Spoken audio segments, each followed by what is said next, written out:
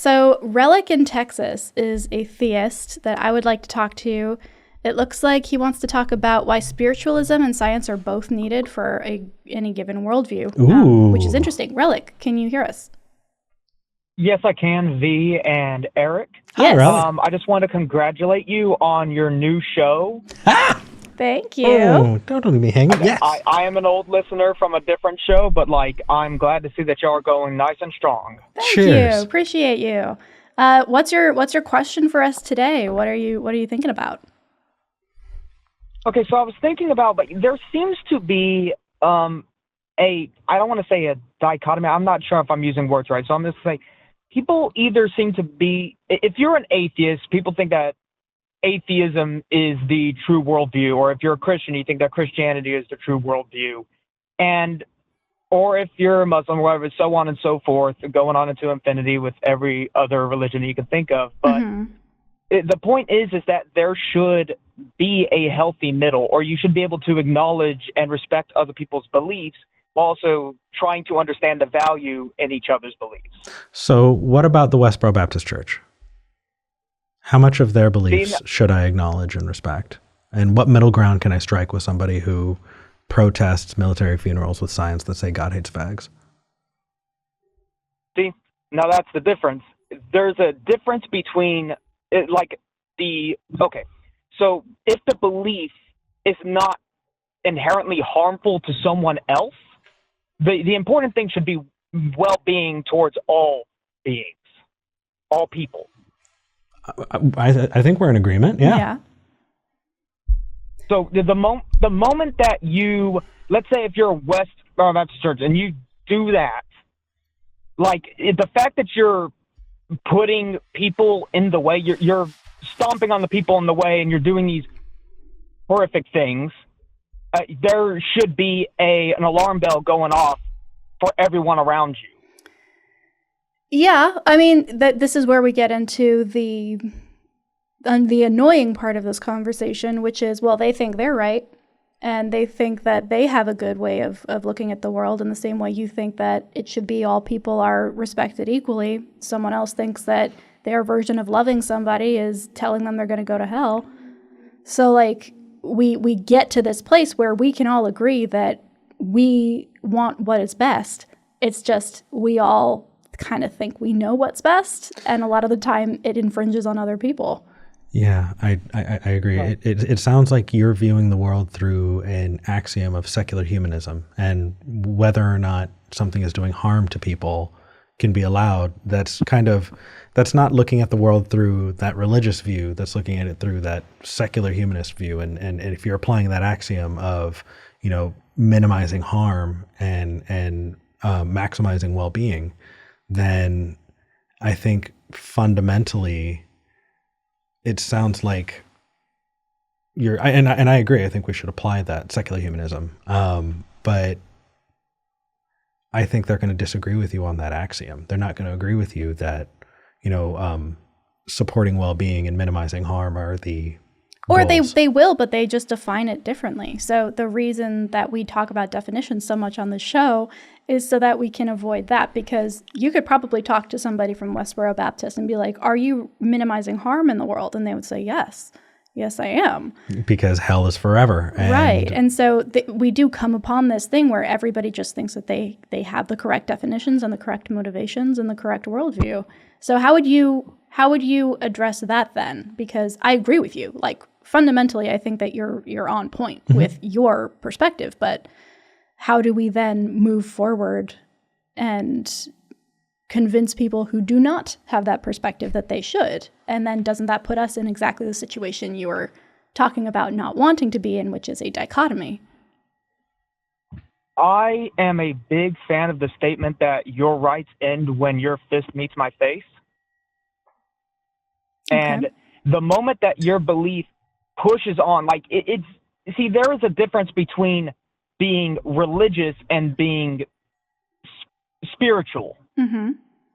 The moment that it goes from being I use my spirits to work on shadow work, for instance, I've heard that mentioned in this call, which is very important for when it stops being internal and starts being external towards other people and oppressing other people, is the moment that everyone else who doesn't hold that same belief has the right to shut that belief out.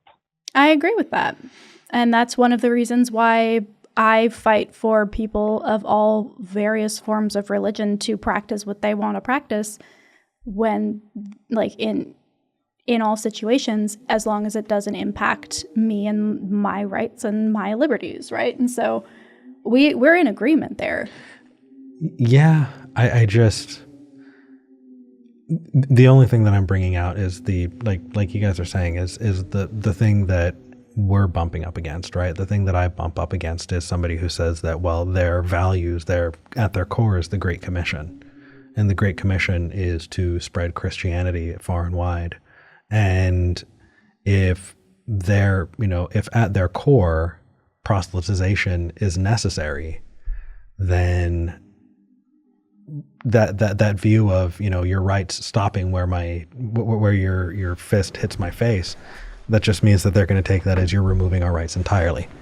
And it's bullshit, and I get frustrated by it. But at the same time, I think that if we pretend that doesn't exist, then I feel like the conversation becomes less useful. Right. Because if we say, oh, well, this works for everybody except for the real problematic stuff, then we're not going to solve the problematic stuff, Right. And so I kind of want to circle back though. You were saying that we need spiritualism and science both. And right. You don't need to convince me about the science, but what do you mean by spiritualism? Okay. So, for instance, myself, I'm a follower of the Druidic and shamanism path. Okay. So, I know that's out there, but I have talked to spirits, or at least I have believed to have talked to spirits, and have seen benefits through working on myself to be a better human being. Taking these aspects of, for instance, if you're doing tarot readings or you're doing just a lot of introspective work, and you're seeing what are the things that I need to work on, and you identify it in your life, you can take these things and apply it or mend the parts of yourself. How can I put it? File down those sharp edges that don't need to be there. Mm-hmm. Okay. So I my only concern here is the use of the word itself and how we're defining that, because again, we're all about definitions. Yeah. I think all of that Right. is valid. I think that framing it as a need for introspection, a need for some form of even ritual, some attempt to dive deeper into oneself and understand one's own motivations, all really valuable and necessary to be a good person in the world, because otherwise you're not thinking about your own internal workings and either hurting yourself or other people. Where does the spiritual part come in, though? Well, yeah. Okay. The spiritual part comes in to where that's the extent of the spiritual side of things. As society, I believe that people should all apply these things to themselves. There should be a healthy amount of introspection. Okay. And there should be a healthy respect for science. But so if you are sorry. No, it's okay. I just want to clarify. So are you saying spiritualism is the same as introflexion? Because if that's the case, then does going to a therapist is that spiritual? For one thing, spiritual for me, it can be synonymous with introspection, but there is a level beyond that. For instance, I have had interaction with spirits. I've said that before. I believe I've had interaction with multiple spirits. But where that goes, how am I trying to put this? I'm really trying to just get my words straight. There should be a level of where when you're interacting with these spirits, I feel like there is something divine in it. I feel like there is something that's good out there for everybody. I do believe there is a great spirit or the one or whatever you want to label it. But I do see the immediate benefits in applying both, and science should never be pushed out by these other beliefs. There should be a healthy balance. And if you're an atheist or an agnostic, there's nothing wrong with that, and no one should try to enforce their beliefs on you, because no matter what, I believe we end up in the same place. Okay, so if we end up in the same place, and I'm really trying to steer clear of the obvious question, which is what are spirits? How do you engage with them? How do you know that that's what they are? I want to move away from that for a moment, though, because those are kind of gimmies, even though I am curious. Okay. I want to ask you if introspection, with or without spirits or any kind of belief in the supernatural, get us to the same place, why add on that additional piece? I do believe it's possible to be introspective without it. I do believe it is possible to be morally good without it, but I do believe it fast tracks things. When in conversations with spirits, I've had them point out things to me that have been something I've just been overlooking, and going back over, I'm like, you know what? I'm doing something messed up here, and I've changed myself. Okay. Starting out, I used to be a young Earth creationist. And from there on, I went into atheism, and this is just where I've ended up. I feel like there is an extra advantage of having spirits looking out for you, or at least engaging with the positive ones and trying to find some common ground. Okay. I mean, I think that on one hand, I could see how embracing certain language will allow your brain to accept things more easily. So, for example, if I am prone to believing in a superior being or a great spirit or something like that because I was raised in a culture that believes in some version of that, it's going to fast track me to whatever other beliefs I want to put it in that lens. So linguistically, I agree. I just don't know if it's good. And also now I need to ask what are spirits? Where do they come from? What are they? Help. Okay. I'm going to tell you the first answer that everybody should tell you when you ask them this question.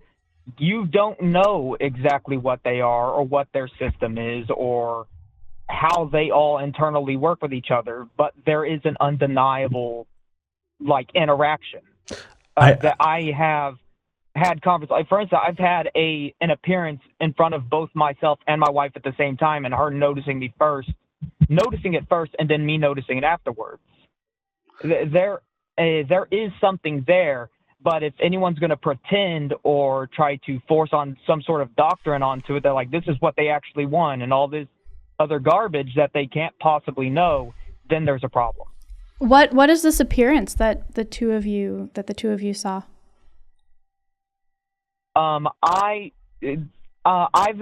This appearance that I'm talking about right now was regarding a spirit that announced themselves as the Goddess Freya. Okay. So, may I? Yeah, go for it. Okay. So, Relic, I think that when you say that spirits cannot be denied or the experience cannot be denied, I think we're maybe talking past each other a little bit. Because yeah, and I don't mean it in that way. No. I honestly, I think I get what you do mean, though. And if I experience a phenomena that I cannot explain, I'm not going to say that I didn't experience it. But what I can say is I have no idea what that experience was, and if my understanding of that experience has a one-to-one correlation with reality, right? If I got really, really stoned, I can talk about my experience while really, really stoned. Right. But that doesn't mean that I really had a clear grasp on what was going on around me. And so I think that we're not going to push back and say, well, you didn't have an experience. But what we will do is we'll push back on whether or not you met the Goddess Freya, right?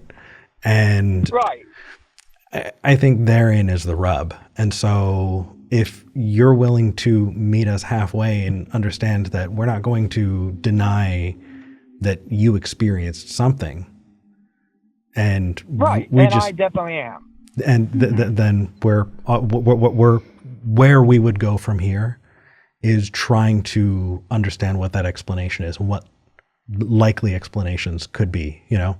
And so that's where I think we would go.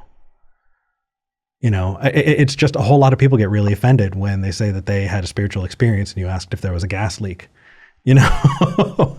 But yeah, I get that. But the fact is, I've heard some crazy things, but yeah, I understand. And I have too. And we just need to, I don't know. I appreciate the candid nature with that you're talking about this in, because you obviously don't seem to be offended by that.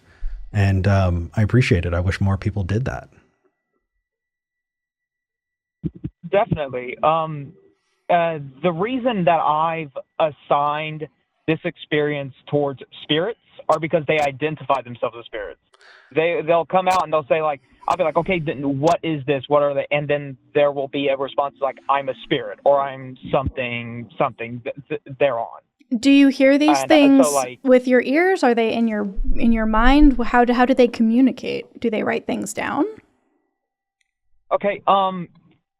Through my experience, I've just had thoughts pop into my head, and then other times I've had the full-on verbal conversations. For instance, with Freya, she walked in, addressed both of us, and then just carried on a full conversation, and then went on her way.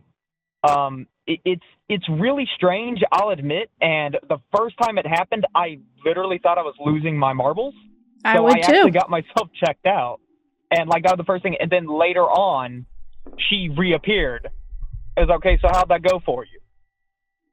And so through, like, I don't believe that like everybody should like straight up take my word on it, and that's perfectly fine. But as things stand with me, and I've had myself, I feel, medically evaluated sufficiently that I'm not seeing things. And since both myself and my wife have seen it, I've been in groups with friends who have all had an experience with me in the same similar vein, that like there is something happening. I mean, so where I would push back is just on research when it comes to, you know, group dynamics and how people and the human brain and all that experience that. And priming, you know, priming is a really big deal in the way that we reflect on things together. We piece together an event after the fact and kind of collaboratively will build that, and things can be fishtails and play off each other. Yeah. Yeah. And I thought of that as well. Yeah. And so again, without being there, there's only so much we can do, but because there's so much implicit in that, right? It's not just the experience of it's what would be implicit in that. If there was a goddess that appeared to you, what would that mean about the world around us? And what other things could we do and test and look at to determine whether or not this was a one-off event that you and your wife experienced, or if, you know, right. And so, yeah, I feel like that would be an entire conversation that I would love to have. But yeah, like the thing that I don't want to do is just throw every possible other option or possibility at you, because it sounds like you've done some in-depth like thinking about this and been like, okay, well, let me go talk to a healthcare professional, which is a good first thing to do. If a goddess walks through your door, you go see a healthcare professional. Yeah, exactly. You don't just go, oh, I guess I'm seeing Roger Rabbit now. I guess but my life is now I start the Roger Rabbit cult. No, okay, but here's the thing. Like, what if I were to say that I did find value in Roger Rabbit, who showed up at my door and told me things I needed to hear? You know, like, my life is better now because of it. The issue for me, Relic, is not that you are a theist of some variety and I am not, or that you call yourself a druid. I think that's actually really cool. I think that the core of where we're kind of pulling and pushing is there needs to be a way to determine whether or not things are real and be able to say, hey, these are things that are either beneficial, useful, can be proven to exist or impact reality. Here are things that cannot be. And in that second scope, if you open up that door and you say, well, you know, you might not experience Freya, but I have, that leads up somebody else, someone from the Westboro Baptist Church, to say, well, you haven't experienced God, but I have. and then that next And logical that's a different step for can of them. Right. So we do need to make sure that while we're talking about this, I'm not going to say that you need to check yourself into an institution or that you need to stop believing what you're believing, because frankly, I think we agree on most important things in terms of society, and that's fine. That's as far as my wishes for you go. But when we're having these conversations, it can be very dangerous to open up this door into, well, I've decided that this is what I've experienced, and I'm just going to... Yeah, I don't know. Well, if I might, because you were tying it right back into the very beginning of this topic. Yeah. Why spiritualism and science are both needed, and I think that kind of supports this idea that spiritualism I don't think is needed, and I think opens the door to possibly really dangerous things. So again, it totally depends on how you define spiritualism, but this has been fun. I feel like we touched on like 5 different topics that could be great conversations. Yeah. Bottom line is, we're not going to tell somebody else they didn't experience a thing. We might throw a couple of suggestions to explain the thing if we don't think their explanation is, accurate. But keep doing what you're doing in terms of making sure that what you believe is not impacting other people, and we're good. Like that's as much as I can ask for as a stranger on the internet. Thanks for calling in, Relic, and thanks for following us to our new show. Yeah. Yeah, no problem. Y'all have always been great at what y'all do, and honestly, it's enjoyable conversations to have. Thank you. We agree. If I could just make one statement, if you Baba Booey, Relic, I swear, don't do it. No, I'm good. Okay. I'm good. There was something you brought up earlier, and I'm losing it, but I want to call back next week to talk about it. It was something you said. Now that's a topic for a different conversation. What was that? Oh, dude, I think I've said that a couple of times in this call. I could not tell you right now, but you look back, I'll look back, and we'll try and see if we can piece together a conversation next time. Yes, I will definitely call back next time and see if I can get in to speak with y'all, because I do feel like you are also helping me. But like I said earlier, sharpening down those edges. Yeah, absolutely. Appreciate it. Just Relic, call in earlier. Like the earlier you call in, we really, definitely.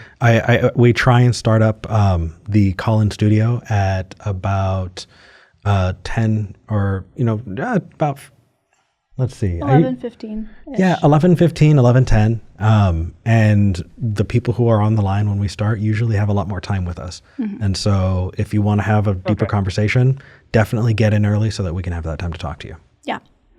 Definitely. Okay. Y'all have a great one. You too. We have so many callers. We do. We really do. I was so on board up until the spirits part, and then I was like, wait. Why? Though? Yeah. But yeah, I don't want to make assumptions that I know what happened, because it can't be that, right? Oh, well, it was clearly a gas leak. Like, that's not honest. No, but the first question is, have you counted that out, or are you just offended at the idea, and so you're just going with the one thing that you're fair. Your pet explanation. Right.